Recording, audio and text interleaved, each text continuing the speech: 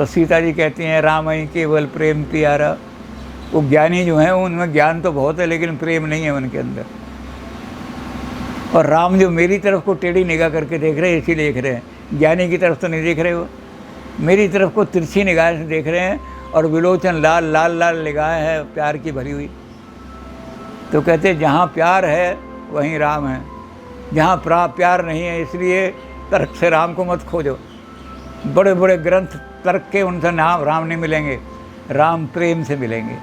प्रेम करना सीखो, मानव का मानव से प्रेम हो। तुलसी ने रामायण के अंदर 7 कांड रखे हैं। यही में रुचिर सप्त सोपाना रघुपति भगति केर पंथाना।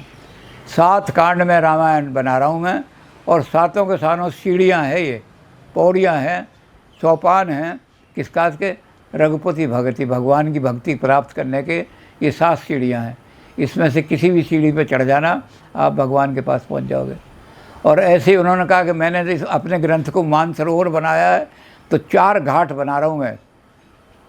पूरब के घाट पे कथा हो रही है, पश्चिम के घाट पे कथा हो रही है, उत्तर के घाट पे कथा हो रही है, दक्षिण के घाट पे कथा हो रही है। तो 4 घाट मैंने बना दिए हैं। ये मंदिर नहीं है कि जहाँ एक पुजारी एक जगह बैठा है। यहाँ तो एक सब तरह के लोग आएंगे, जो धनाढ्य आएंगे वो वहाँ कथा सुन रहे हैं, जो गरीब आएंगे वहाँ सुन रहे हैं, जो और जिनको लोग त्याग देते हैं वो वहाँ कथा सुन रहे हैं। तो कहते हैं इसलिए मैंने सब तरह के घाट बना दिए 4। और 4 घाट पे कथा करने वाले कौन हैं? तो पूरब के घाट पे भगवान शंकर बैठे हुए हैं और पार्वती को कथा सुना रहे हैं, और कह रहे हैं पार्वती को, पार्वती राम की कथा बड़ी गूढ़ है, इसलिए आम आदमी इसको नहीं समझ सकता। तो श्रोता वक्ता ज्ञान निधि, श्रोता भी ज्ञान निधि होना चाहिए, और कथा राम के गुण, और वक्ता भी ज्ञान निधि होना चाहिए, समझाने वाला। कथा राम की गूढ़, बड़ी गूढ़ कथा है राम की।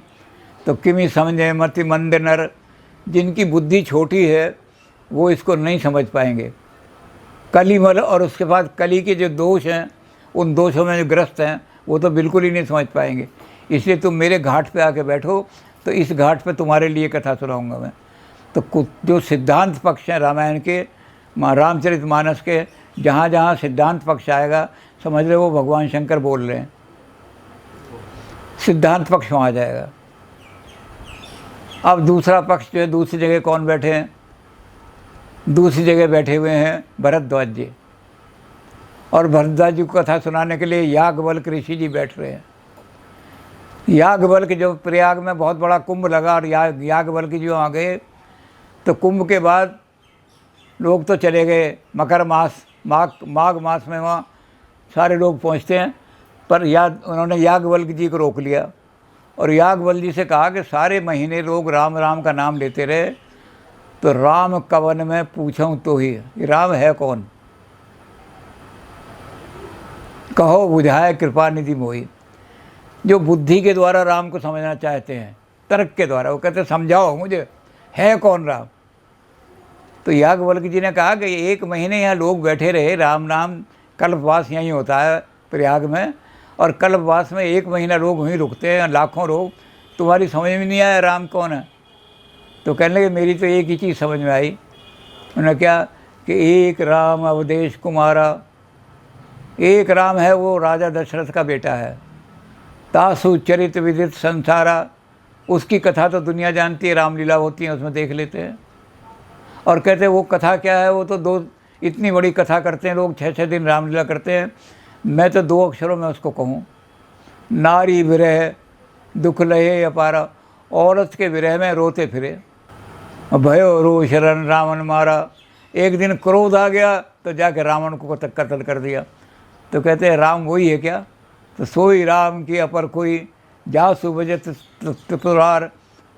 तो तर्क से मैं समझना चाहता हूँ, मुझे समझाओ।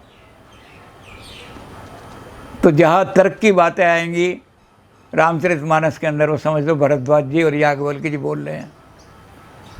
याज्ञवल्क्य जी और भरत जी का संवाद इस रूप में आएगा। अब तीसरे घाट पर कौन बैठे हैं? तीसरे घाट पर काकभूषुंड जी बैठे हुए हैं। काकभूषुंड जी ज्ञानी नहीं मानते अपने आप को, भक्त मानते हैं। तो काकभूषुंड जी बैठे हुए हैं वहाँ, और कथा किसको सुना रहे हैं? पक्षियों को कथा सुना रहे हैं। उसमें गरुड़ भी आ गए, गरुड़ भी आके बैठ गए, छोटे बड़े, कौआ, चिड़िया। तो जहाँ छोटे बड़े आदमी, कोई छोटा है बेचारा झाड़ू लगाने वाला है सड़क का, कोई और ऐसे आदमी है, और उसमें कुछ बड़े आदमी भी आके बैठ गए। तो जहाँ हर तरह के छोटे आदमी जा रहे हैं, वो राम को उस रूप में नहीं समझ सकते जो भगवान शंकर समझा रहे हैं सैद्धांतिक रूप से, जो पार, बल्कि यहाँ भक्ति के रूप में समझते। यहाँ भक्ति की कथा हो रही है। यहाँ भक्ति के रूप में जो समझना चाहते हैं वो आदमी भक्ति वाली कथाओं को हर आदमी समझ लेता है।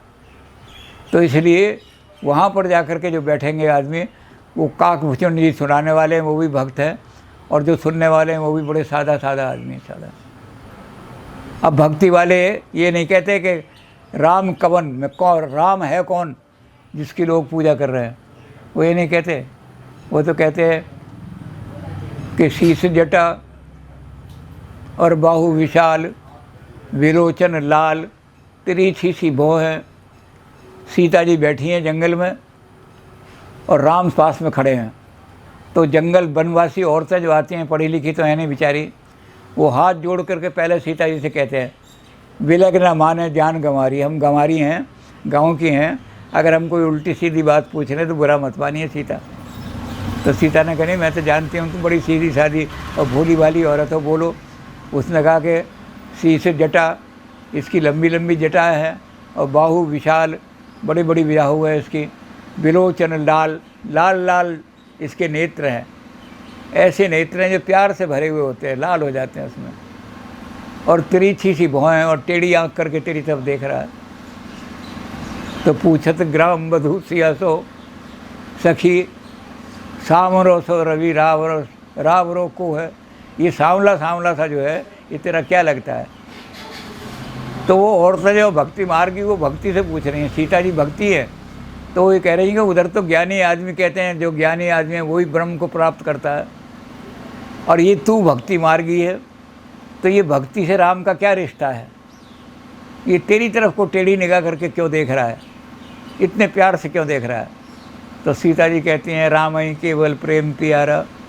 वो ज्ञानी जो हैं उनमें ज्ञान तो बहुत है, लेकिन प्रेम नहीं है उनके अंदर। और राम जो मेरी तरफ को टेढ़ी निगाह करके देख रहे हैं, इसीलिए देख रहे हैं, ज्ञानी की तरफ तो नहीं देख रहे, वो मेरी तरफ को तिरछी निगाह से देख रहे हैं, और विलोचन लाल, लाल लाल निगाह है प्यार की भरी हुई। तो कहते हैं जहाँ प्यार है वहीं राम है, जहाँ प्यार नहीं है, इसलिए तर्क से राम को मत खोजो। बड़े बड़े ग्रंथ तर्क के, उनसे नाम राम नहीं मिलेंगे, राम प्रेम से मिलेंगे। प्रेम करना सीखो, मानव का मानव से प्रेम हो, और छोटे आदमियों में। इस चीज़ को अगर देखें तो तुलसीदास की रामायण से कार्ल मार्क्स ने चीज़ सीखी है। कार्ल मार्क्स कहता है कि जो बड़े बड़े लोग हैं, इनके पास बड़ा धन है, संपत्ति है, करोड़पति लोग हैं, कारखाने हैं, लेकिन मजदूरों तुम्हारे पास एक, इनके पास वो चीज़ नहीं है। इनके पास क्या है? Competition, throat cut competition. एक कारखाने वाला दूसरे कारखाने वाले को नीचे गिराना चाहता है। अंबानी बिरला को नीचे गिराना चाहता है, बिरला टाटा को। तो ये इन लोगों के पास तो है जेलसी, और तुम्हारे पास क्या है? प्रेम, संगठन है तुम्हारे पास। एक मज़दूर दूसरे मज़दूर से बड़ी सहानुभूति रखता है, उसके दुख दर्द में खड़ा हो सकता है। तो तुम्हारी जो यूनिटी है वो तुम्हारा सबसे बड़ा बल है। इस यूनिटी को जिस दिन तुम कायम रखोगे, दुनिया को हिला दोगे तुम। तो यहाँ जो ग्राम वधू हैं ये कह रही हैं कि सीता तू भक्ति रूपा है, तो तेरा इससे क्या रिश्ता है राम से? तो सीता कहती हैं, समझ जाओ अपने आप, मेरी तरफ को जो तिरछी भौं करके दे रहा है, इसका मतलब मुझसे बहुत प्यार है। भक्ति के रास्ते से राम को प्राप्त करो, और वो रास्ता क्या है? प्रेम का रास्ता। दुनिया से प्रेम करो, संसार से प्रेम करो, मानव से प्रेम करो, दुखियों से प्रेम करो। कहते ये रास्ता है। तो ये तीसरे, जहाँ प्रेम की बात आएगी वहाँ काकभूषण जी की बात आ जाएगी। और चौथे, इस पर सारे इन सब को लेकर के चौथे जगह पर वो कहते हैं, तुलसीदास जी बैठे हुए हैं चौथे घाट पर। दक्षिण का जो घाट है वह तुलसीदास जी बैठे हैं। पाही न के गति पतित पावन, राम भज सुन सट मना। तुलसीदास जी कहने लगे, अगर मैं अपने श्रोताओं को सठ कह दूं तो जूता लेकर खड़े हो जाएंगे, हमें मूर्ख कह रहा है। तो यहाँ मैं कथा किसको सुना रहा हूँ? अपने मन को। स्वांता सुखाए तुलसी रघुनाथ गाथा। कोई सुनना चाहता है तो आके बैठ जाए, नहीं सुनना चाहता है तो ना बैठे, लेकिन मैं ये बता रहा हूँ कि स्वांता सुखाए, जो सुन लेगा इसको उसके मन को शांति मिल जाएगी। दुनिया में जो भटक रहा है ऐसे लोगों को शांति देने के लिए मैं अपनी कथा सुना रहा हूँ। तो मेरा ग्रंथ क्या है? मेरा ग्रंथ को ज्ञान की दृष्टि से मत देखना, मेरे ग्रंथ को उस तरह भी मत देखना तर्क की दृष्टि से भी, जैसे याज्ञवल्क्य जी समझा रहे थे।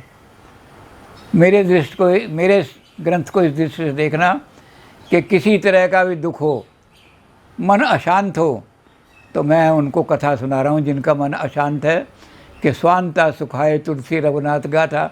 मैं रघुनाथ का नाम सुना रहा हूँ उन लोगों को कि आपके मन को शांति मिल जाएगी। और तीनों का जो निचोड़ है मैं निकाल के रख दूँगा।